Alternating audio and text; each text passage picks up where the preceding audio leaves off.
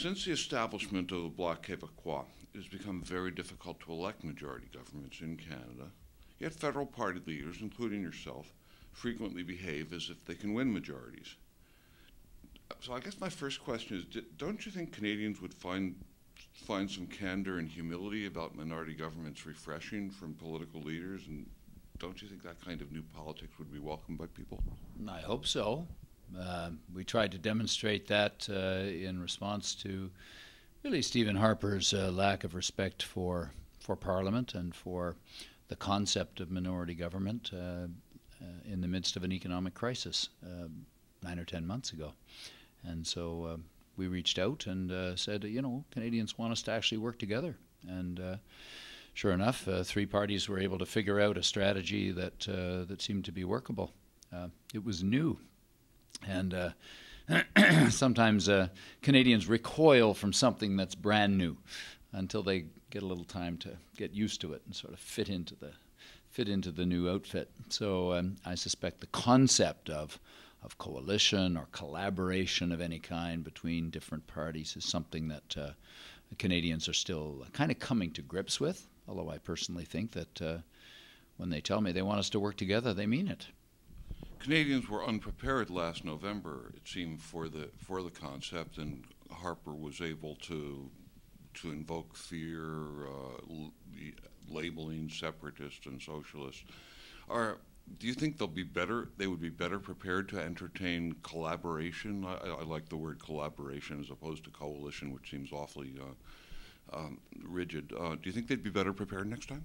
Sure. In fact, it's the kind of government we've had over many years at different times in our history. I think back to the 60s when the fellow behind me here, I'm not sure if he's captured in the frame, Tommy Douglas, he never was prime minister, but he worked with other parties in minority contexts and brought us things that New Democrats thought were important. Medicare, pensions, the Foreign Investment Review Agency, a national housing policy, Petro-Canada, and nationally owned oil company, which was sadly sold off by the Conservatives and Liberals. I'll bet they're wishing that perhaps they still had that company now. But it's very possible to get good things done when parties are put in a situation where they have to figure out how to work together. I prefer that. I've spent that many years on municipal councils. We've practically never had a majority. We found ways to work together to get things done. It seemed in last year's election campaign you were reluctant to talk during the campaign about the prospects of collaboration or coalition. Not really. I said every time I was asked, what would you do? And I said we'd work with other parties, like we always have. And I gave examples. So I would say I was not reluctant at all. So you're not afraid that talking about collaborating with other parties could drive votes to the Liberals because of a strategic voting kind of concern? If that were the case, I wouldn't be doing it now, and I wouldn't. Our caucus wouldn't have done it so many times with the other players on the dance floor. Canadians send us here in certain numbers. We've been fortunate to have an increasing number of New Democrats over the past 3 elections, and we intend to try to make Parliament work. The historic relationship between the NDP and the Liberals, there's not a lot of love lost. I have worked inside with the NDP myself. Now I'm in journalism. I know there's bad feelings on both sides. How do you the kinds of things we're hearing from Michael Ignatieff, rejecting fairly rigidly the idea of working in coalition with other parties? How do you overcome that kind of thing? How do you make coalition politics work given this polarized atmosphere?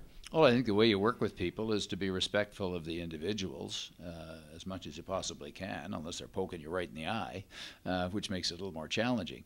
But I think you treat the people who were elected respectfully, because after all, who elected them? A group of Canadians.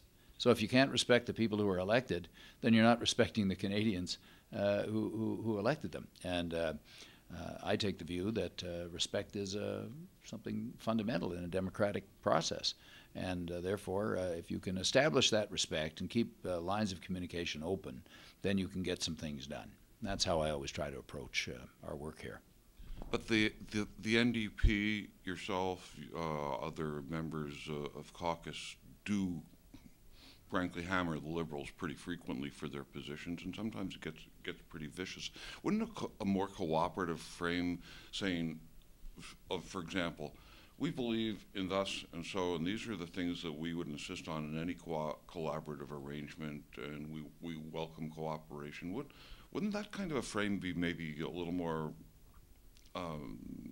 appealing to voters than constantly bashing and hammering the other parties? I think we certainly demonstrated we're ready to do that more than perhaps any other party.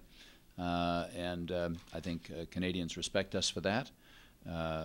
When the Liberal Party takes a position we don't agree with, I'm not going to hesitate to say so.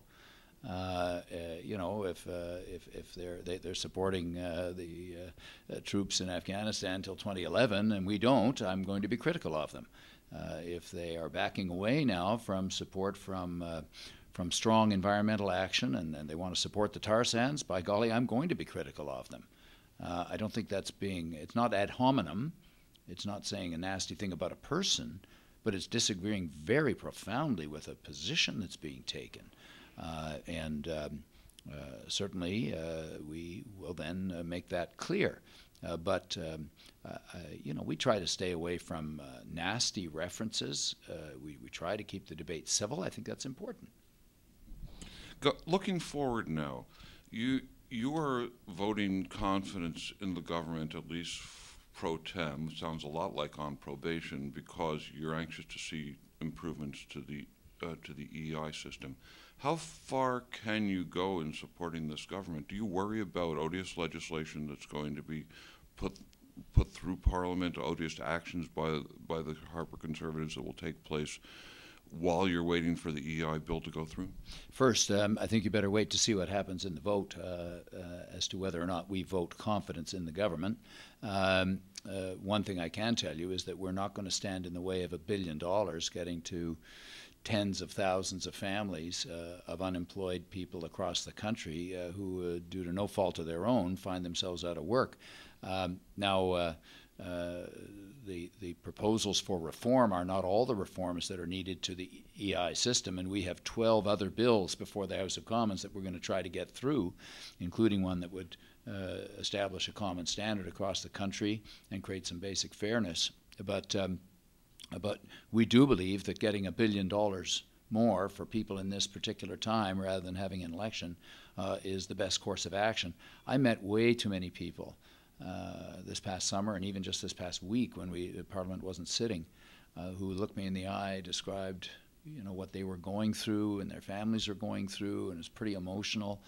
And I realized we've got a chance here to get $1 billion out. And look, I've been involved in fundraising for charities that try to help people that are in difficult times, and raising $1,000 or $3,000 at a community event is hard enough. If we have a chance to get $1 billion to people that need it, I'm not going to turn my back on that. Now, you asked about odious legislation. Are we going to see Harper poking us in the eye, or in a sense trying to provoke an election? Well, if he does that, that's what he's going to get. Anything else that you would add on the subject of working with other parties in new politics? Well, I think that we are likely to have minority governments. I think they can be made to work, and certainly our party, the New Democrats, have in a way shown the way. We've worked with all the other players at one time or another to try to get results, and I don't see that changing. Thank you very much, Jack Layton. Thank you.